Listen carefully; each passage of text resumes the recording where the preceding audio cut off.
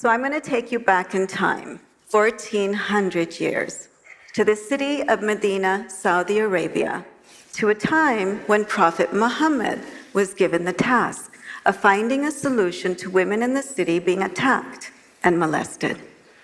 The situation was this. It was around the year 600 AD, long before the modern convenience of plumbing. And when a woman awoke in the middle of the night with the urge to relieve herself, she would have to walk out past the outskirts of the city and into the wild by herself for privacy.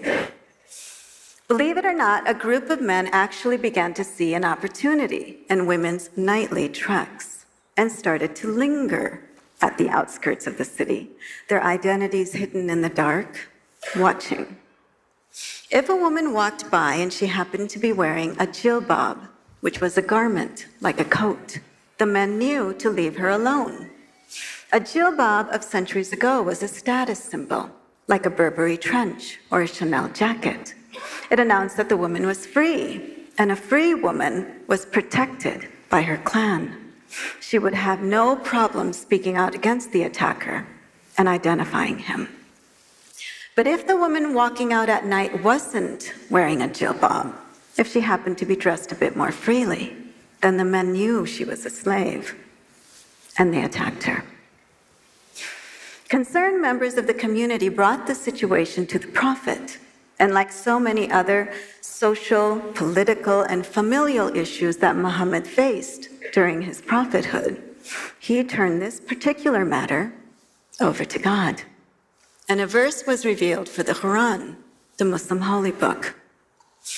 O Prophet, it reads, tell your wives, your daughters, and the women of the believers to draw upon themselves their garments. This is better, so that they not be known and molested. Basically, the verse advises that all women dress similarly, so that they can't be picked out from one another, zeroed in on, and attacked. Now, on the surface, this may seem like a relatively easy solution to the problem, but it turns out it wasn't. The early Muslim community was tribal and so deeply entrenched in social status, and the idea that a slave would look like a free woman, it was almost insulting. And then there was the matter of practicality. How would a slave do her work? How would she function if her body was constricted by a coat? How would she cook, clean, fetch water? In the end, the early Muslim scholars ruled that a woman's way of dress should be based on two considerations: a woman's function in society, her role, what we might consider her job, and the society's specific customs. Or, in another way, when in Rome. Now, Muslims like to take historical rulings and apply them to the modern era. So let's do that. A woman's way of dress should be based on custom and function. So what does that mean for a Muslim woman living in America today? For someone like me? First, it means that I have a function, a role in society, a contribution that I can make. Second, it means that while I'm making that contribution and living in a society where veiling is not the custom, and where, in fact, if I veil, it might actually lead to harassment, then wearing what is the custom, such as a dress, a pair of jeans, or even yoga pants, is not only acceptable, it's recommended. But wait, could that be right? After all, haven't we all come to assume that a Muslim woman must veil? That veiling is a requirement of her faith. There's even a term that we've all come to associate with the Muslim woman's veil, an Arabic term that we've all heard used whether or not we've been aware of it. Hijab. So maybe I missed it. Maybe the requirement that a woman veil is in a different part of the Quran. For those of you who don't know, the Quran consists of 114 chapters. Each chapter is written out in verses, like poetry. There are more than 6,000 verses in the Quran. Of the 6,000 plus verses, 3 refer to how a woman should dress. The first is the verse I've already told you about. The second is a verse that directly speaks to the prophet's wives, asking that they begin to dress a bit more modestly because of their role, their function in society as his wives. And the third verse is similar to the first in that it was revealed in direct response to a historical situation. Early records show that the custom, the fashion during the pre-Islamic era was for women to wear a scarf on the head called a khimar, which would be tucked behind the ears and allowed to flow behind the back. In the front, a woman wore a tight vest or a bodice, which she left open, exposing her breasts, sort of like the images you see in Game of Thrones. When Islam spread through the Arabian Peninsula, a verse was sent down asking that women use this scarf or any other garment to cover the breasts. And that's it. That's basically all there is in the Quran concerning how a woman should dress. Turns out, God doesn't give a bullet point of all the parts on a woman's body that he wants hidden from view. And in fact, it might be argued, and it is argued. I cannot stress enough that it is argued by many Muslim scholars that the reason these verses were left intentionally vague is so that a woman could choose for herself how to dress according to her specific culture and the progression of time. And that term hijab, guess what? It's not in any of these three verses. In fact, it's nowhere in the Quran directly meaning a woman's veil. That's not to say that the word doesn't appear in the Quran, because it does appear. But when it appears, it's actually used correctly to mean a barrier or a divide, such as the barrier or divide that exists between us humans and the divine, or between believers and non-believers, or it means a barrier like a physical screen that men during Muhammad's time were asked to stand behind when speaking to his wives, or it means the seclusion, the separation that Mary sought when she was giving birth to Jesus. That separation and seclusion, that means hijab. That physical screen, that means hijab. That barrier, that divide, that means hijab. Hijab doesn't mean a woman's veil. And yet, isn't it strange that what the term actually means, being screened off, divided away, barred, separated out, these are the very terms that come to our minds when we think of a Muslim woman? Why shouldn't they? We have all seen the way some Muslim women are treated around the world. If she attempts to go to school, she's shot in the head. If she attempts to drive a car, she's jailed.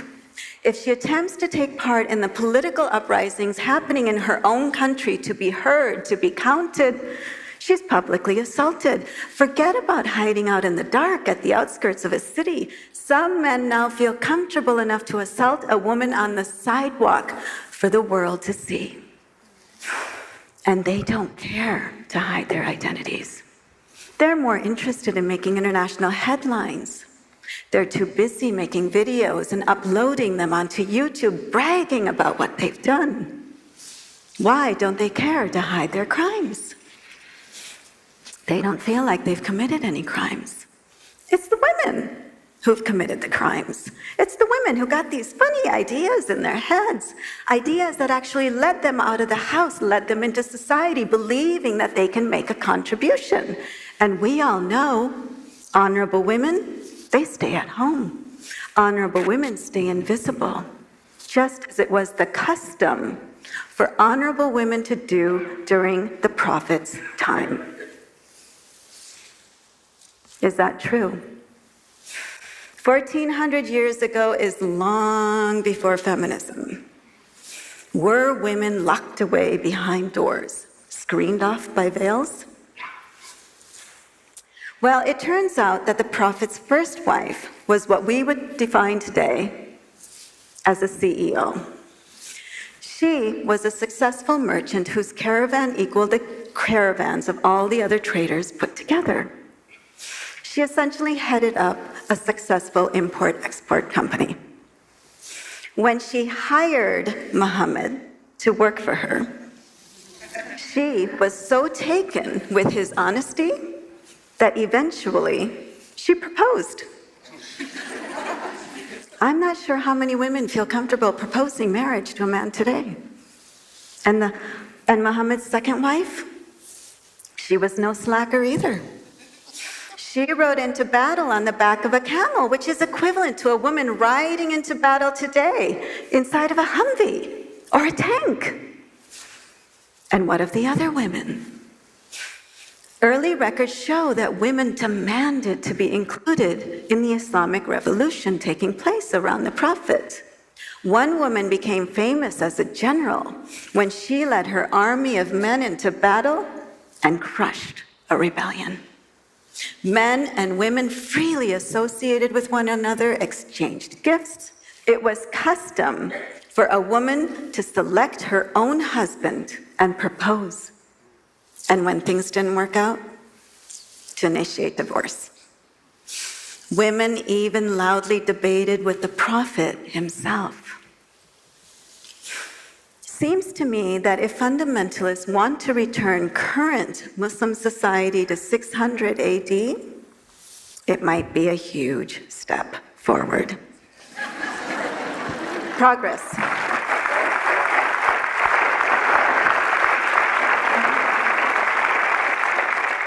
But we still have to answer an important question.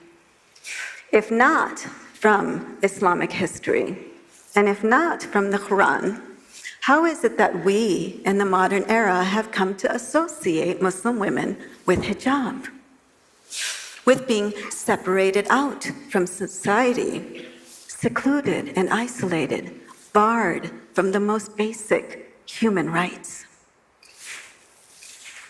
I hope it's not any surprise to you that this isn't by accident. For the past few decades, the very people who have been given the important task of reading and interpreting the Quran in a variety of different Muslim communities, certain clerics have been inserting a certain meaning into those 3 verses concerning women. For instance, that verse I told you about earlier. O Prophet, tell your wives, your daughters, and the women of the believers to draw upon themselves their garments. This is better, so that they not be known and molested. Some clerics, not all, some clerics have added a few words to that, so that in certain translations of the Quran, that verse reads like this. O Prophet, tell your wives, your daughters, and the women of the believers to draw upon themselves their garments. Parentheses. A garment is a veil that covers the entire head and the face, the neck, the breasts, all the way down to the ankles and all the way to the wrists. Everything on a woman's body is exposed except for one eye, because she must see where she is headed. And the hands must be covered in gloves. Because, of course, there were certainly a lot of gloves back in the desert of Saudi Arabia. Etc., etc., etc., etc., on and on and on, end of parentheses, so that she not be known and molested. And what these so-called clerics have concluded, based on these types of insertions, is that a woman only has one function.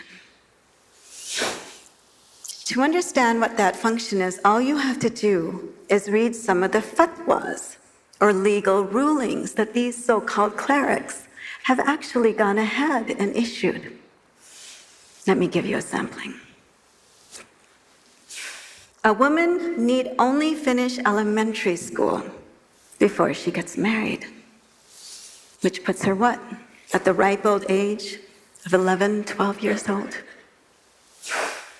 A woman cannot fulfill her spiritual obligations to God until she first fulfills her physical obligations to her husband.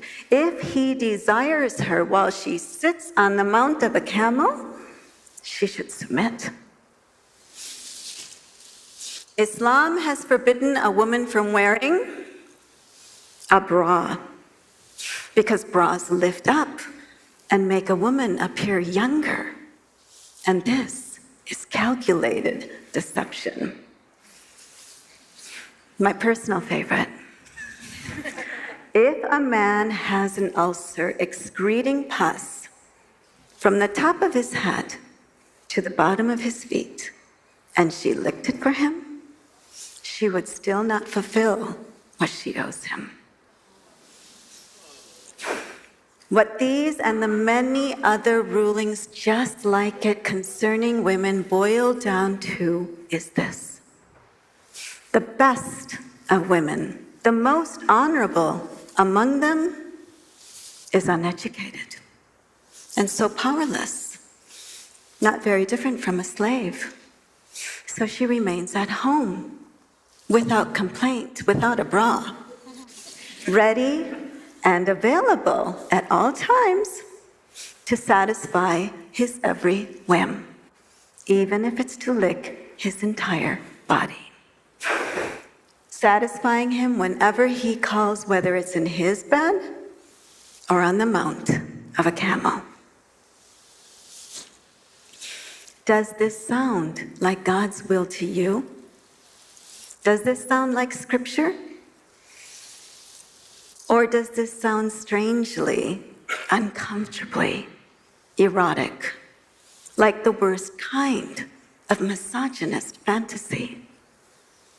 Are these so-called clerics and the fundamentalists and extremists who support them truly purifying Islam from within, bringing it back to its intended form?